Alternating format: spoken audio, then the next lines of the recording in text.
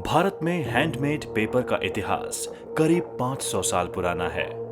सन 1522 में मुगल शासक बाबर के आगमन के साथ ही हैंडमेड पेपर भारत में प्रचलन में आया। उन्होंने अपने साथ ही हैंडमेड पेपर के कारीगरों को बुल्क बुखारा से लाकर राजस्थान के अलवर जिले में तिजारा नाम की जगह पर स्थापित किया।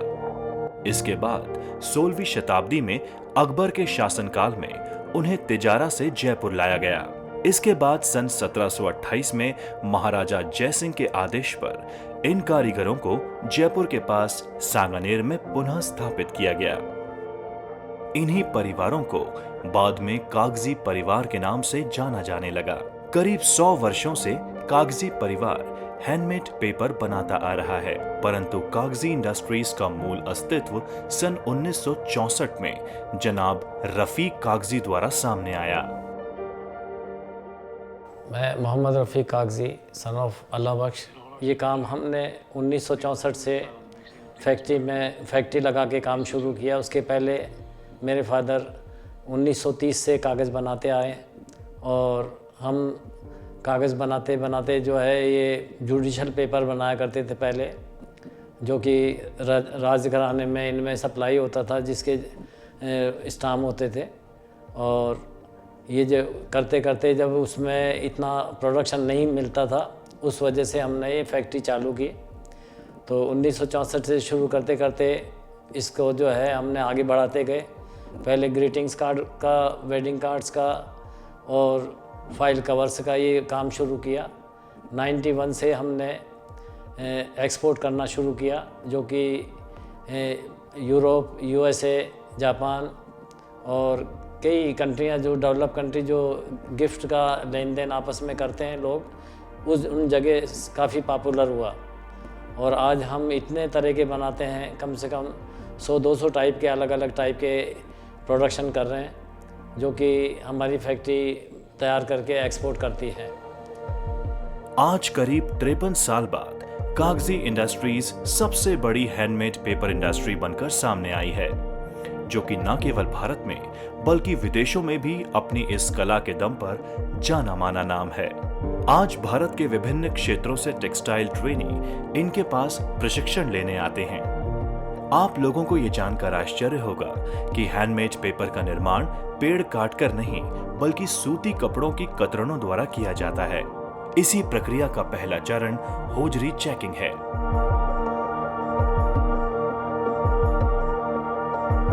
उसके बाद इस छटी हुई होजरी को श्रेडिंग मशीन द्वारा छोटी छोटी कतरनों में काट लिया जाता है। यही कतरनें अगले चरण में पल्प बीटिंग प्रक्रिया के लिए बीटर में भेज दी जाती हैं।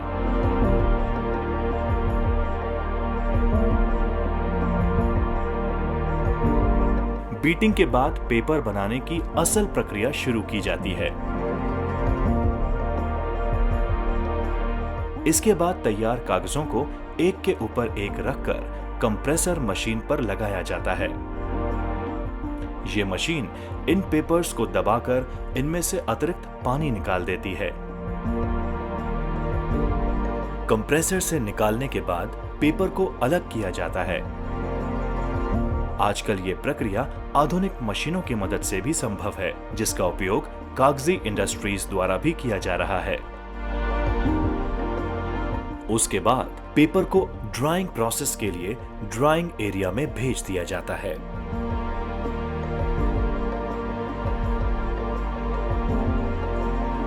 पूरी तरह से सूखे कागजों को समतल करने के लिए कैलेंडरिंग सेक्शन में भेजा जाता है, जहां इन्हें टिन की 2 प्लेटों के बीच में रखकर कैलेंडरिंग मशीन पर लगे 2 रोलरों के बीच में से गुजारा जाता है।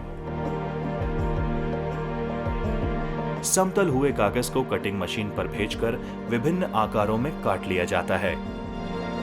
कटिंग के बाद डाई कटिंग मशीन पर भेजकर उसको उत्पाद के मूल आकार के अनुसार काट लिया जाता है। अंत में फैक्ट्री के कुशल कारीगरों के हाथों द्वारा तैयार होते हैं हैंडमेड पेपर से बने विभिन्न उत्पाद, जिनकी संख्या अब हजारों में है।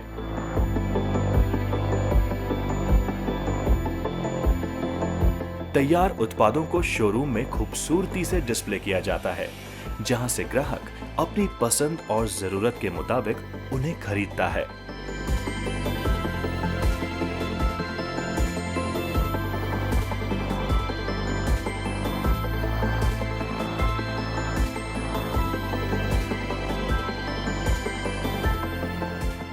ज़्यादातर जो आइटम्स चलते हैं उसमें बैग्स हो गए, लेदर्स हो गई, लेदर डायरीज हो गई, जो अपने देखेंगे कैरी बैग्स, वाइन बैग्स। कागजी इंडस्ट्रीज को कई सम्मानों से नवाजा गया है, जिनकी गिनती दिन ब दिन बढ़ती जा रही है। कागजी इंडस्ट्रीज ने अब न केवल कपड़े से बल्कि वाइन फैक्ट्री से निकलने वाले ग्रेप वेस्ट से भी पेपर के निर्माण को सफल कर दिखाया है।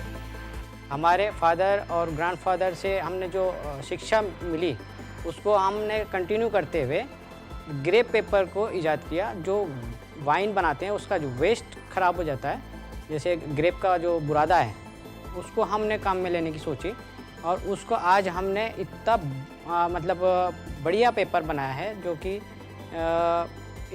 मतलब बाहर यूएस और यूके में इतना उसको प्रसिद्ध हो गया कि आज हमारा जो पूरा बिजनेस का जो ग्रोथ है वो 25% जो है एक्स्ट्रा हो गया। और उनकी इस उपलब्धि ने इन्हें अपने प्रतिद्वंदियों से मीलों आगे लाकर खड़ा कर दिया है।